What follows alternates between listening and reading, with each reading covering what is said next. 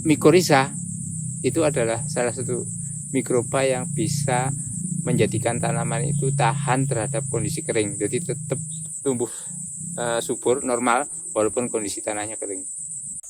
Halo sobat petani, jumpa lagi dengan channel saya Sugeng Bromo, channel yang mengupas masalah pertanian dan tip-tip seputar tanaman ya. Dalam video kali ini saya akan membahas masalah mycorrhiza, yaitu salah satu cendawan yang sangat penting bagi tanaman dan menjadi salah satu kunci sukses dari pertanian juga ya. Oke, sebelum kita bahas masalah ini, bisa subscribe dan klik tombol like. Jadi apa itu mycorrhiza dan seberapa pentingnya mycorrhiza terhadap tanaman? Oke, mari kita jelajahi dalam video kali ini. Mycorrhiza itu adalah salah satu mikroorganisme yang secara harfiah diartikan sebagai akar bersama. Itu karena mycorrhiza itu mikroorganisme yang menjalin hubungan dengan tanaman lewat akar. Jadi mereka melakukan simbiosis mutualisme terhadap akar dan disitulah keajaibannya. Kan semakin menarik. Ayo kita lanjutkan lagi. Jadi mycorrhiza itu sebenarnya adalah mitra setia tanaman, membantu mereka tumbuh lebih subur, lebih sehat. Dan bagaimana cara kerja dari mycorrhiza itu? Tetap di sini dan temukan rahasia mycorrhiza yang mengubah mungkin cara pandang Anda tentang tanaman. Jadi jangan lupa untuk memberikan pendapat di kolom komentar di bawah dan bagikan video ini kepada teman-teman ya. Ayo kita mulai. Nah, ini saya berada di kebun kubisnya Bapak ya. Jadi di sini ini menjawab beberapa kasus yang dikeluhkan petani, terutama petani hortikultura. Jadi ini kemarin itu kan musim hujan, udah tiba bulan November itu sudah turun hujan. Pas turun hujan, tanam kubis ini. Nah, tanam kubis ini setelah tanam hujannya nggak turun lagi sampai hampir 2 minggu. Akhirnya kan kering. Ini. Jadi mycorrhiza, mikroba yang bisa menjadikan tanaman itu tahan terhadap kondisi kering, jadi tetap dia tetap tumbuh subur normal walaupun kondisi tanahnya kering.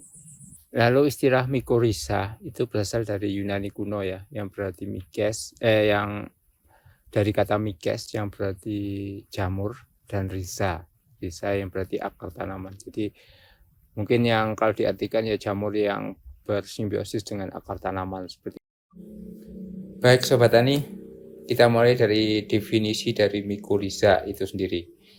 Mycorrhiza adalah secara umum adalah jamur atau cendawan ya yang bersimbiosis dengan tumbuhan. Jadi simbiosis di sini adalah sistem simbiosis dalam sistem perakaran tumbuhan. Ada juga ya mycorrhiza yang bersimbiosis dengan jamur lain, tapi sebutan mycorrhiza itu sebenarnya ditujukan untuk jamur yang bersimbiosis dengan tumbuhan. Manfaat, kita membahas masalah manfaat dari mycorrhiza. Salah satu manfaat dari mycorrhiza adalah menyerap nutrisi tanaman lebih efektif. Lalu kenapa penyerapan unsur hara lebih efektif dengan adanya mycorrhiza? Karena ada beberapa faktor ya. Cara kerja mycorrhiza itu sendiri pertama adalah melakukan infeksi akar tanaman inang, kemudian memproduksi hifa eksternal, yaitu memproduksi kayak akar itu, serabut akar itu menembus lapisan subsoil tanah, juga menambah luas daerah penyerapan. Jadi kalau misalnya jangkauan akar itu cuma sebatas nggak terlalu jauh, dengan adanya mycorrhiza maka luas penyerapannya itu menjadi lebih luas. Lalu hifa eksternal dari mycorrhiza, maksudnya serabut akar yang ke tanah itu ya, itu dapat menyerap unsur fosfat dalam tanah. Unsur fosfat yang kemudian bisa diubah menjadi polifosfat, lalu dipecah lagi menjadi fosfat yang organik yang dapat mudah diserap oleh sel tanaman.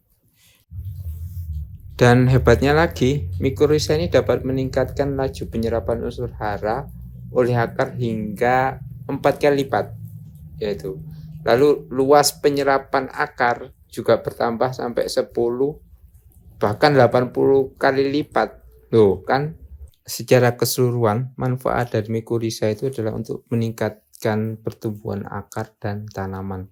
Jadi mycorrhiza itu membuat akar itu menjadi sehat dan kemudian menjadi lebih luas. Dampaknya pertumbuhan akar itu menjadi lebih luas ke daripada tanpa mikorrhiza ya. Terus dampak positif juga dalam pertumbuhan tanaman secara keseluruhan itu lebih bagus. Ini adalah salah satu contoh, ini contoh produknya ya, mikorrhiza yang ini mikorrhiza, di mana dia ada di sini ada tulisannya meningkatkan kemampuan tanaman dalam menyerap unsur hara dan air.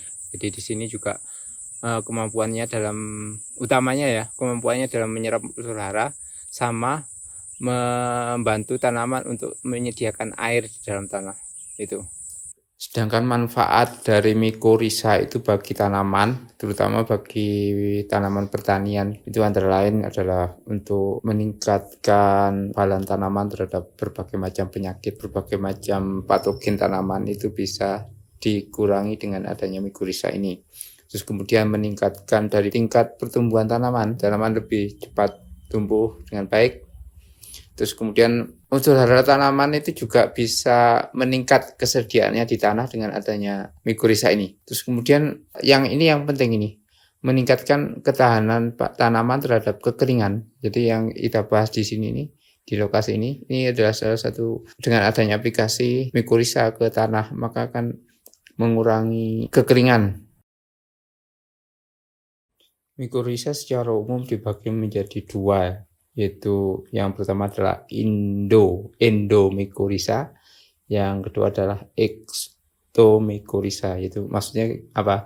Kalau endomycorrhiza itu sebagian hifa dari mikorrhiza, jamur itu sendiri, itu berasosiasi dengan akar tanaman itu dengan cara hifanya masuk ke dalam jaringan bakaran tanaman. Terus kalau yang extomycorrhiza itu biasanya mikorrhiza yang hidup di hutan tropis ya, kayak di sini juga termasuk hutan tropis ya, dan berinteraksi dengan tanaman inang tanpa menembus sel tumbuhan. Jadi dia hanya berinteraksi aja dengan akar tanaman tapi tidak masuk ke dalam jaringan tumbuhannya itu sendiri.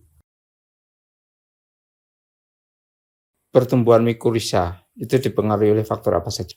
Kalau faktornya mungkin ya suhu, kadar air di tanah, pH tanah, terus bahan organik juga sangat berpengaruh, terus cahaya, logam berat ya. Kalau logam berat itu biasanya dari sisa residu dari pestisida kimia yang tersimpan di dalam tanah itu juga berpengaruh terhadap pertumbuhan dari mikorrhiza.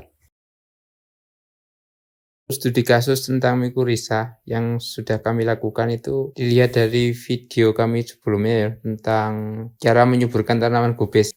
Cara menyuburkan tanaman gobes itu kita menggunakan aplikasi mikorrhiza juga.